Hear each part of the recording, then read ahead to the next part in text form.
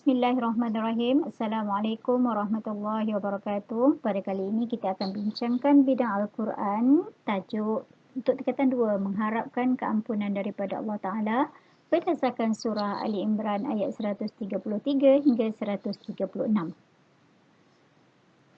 Surah Ali Imran ayat 133 hingga 136 ayatnya ialah A'udzubillahi minasyaitonirrajim. وسارعوا إلى مغفرة من ربكم وجنة عرضها السماوات والأرض أعدت للمتقين الذين ينفقون في السراء والضراء والكاظمين الغيظ والعافين عن الناس والله يحب المحسنين والذين إذا فعلوا فاحشة أو ظلموا أنفسهم ذكروا الله فاستغفروا لذنوبهم ومن يغفر الذنوب إلا الله ولم يصروا على ما فعلوا وهم يعلمون أولئك جزاؤهم مغفرة من ربهم وجنات تجري من تحتها الأنهار خالدين فيها ونعم أجر العاملين صدق الله العظيم.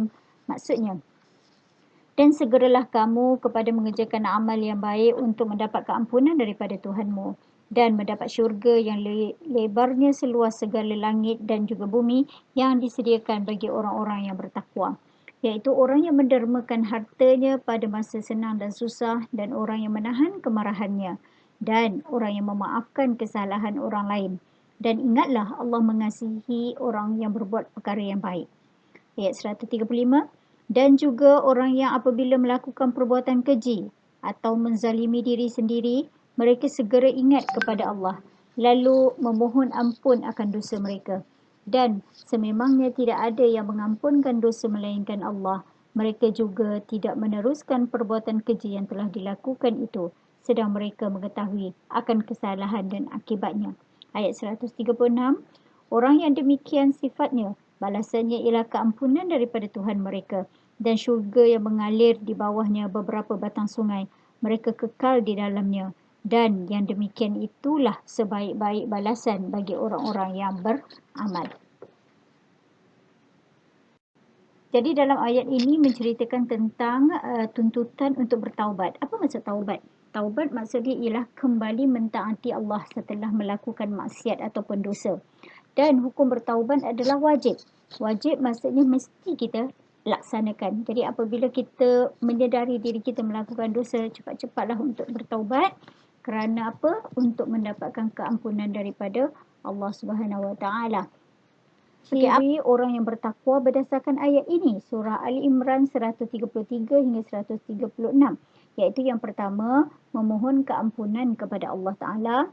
Yang kedua, menafkahkan harta ke jalan Allah sama ada senang maupun susah. Apa itu menafkahkan harta?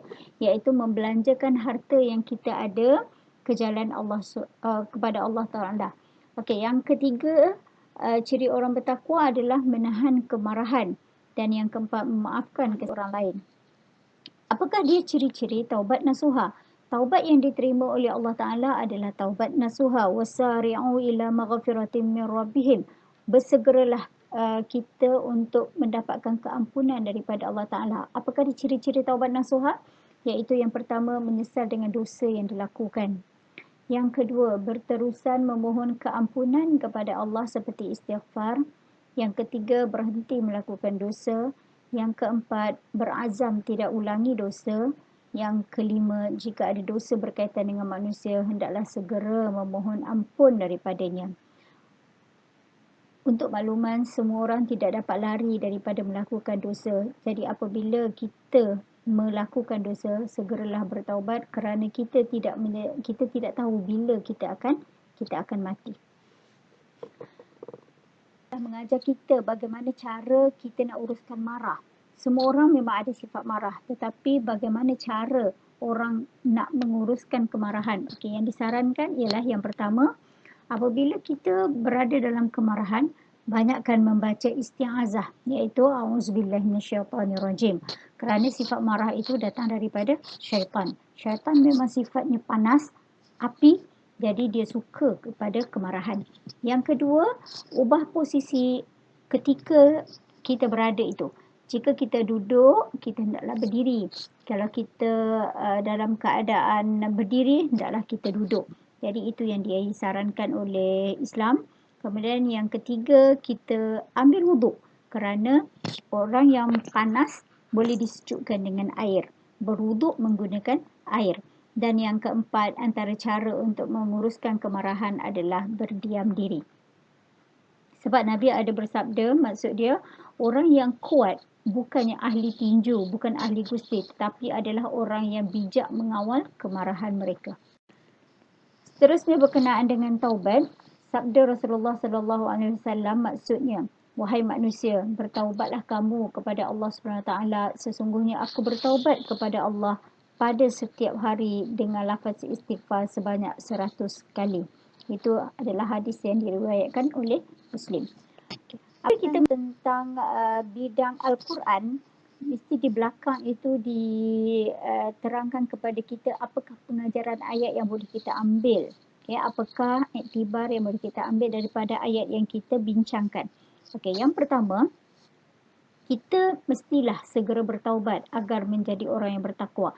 Bila kita membincangkan tentang pengajaran, semua orang kena maklum teknik menjawab untuk soalan pengajaran, dia mesti ada singkatannya PIH, iaitu P pendahuluan, kita mestilah, kita hendaklah. Kemudian I, isi, iaitu segera bertaubat, membelanjakan harta ke jalan Allah, menahan kemarahan, memaafkan kesalahan orang lain.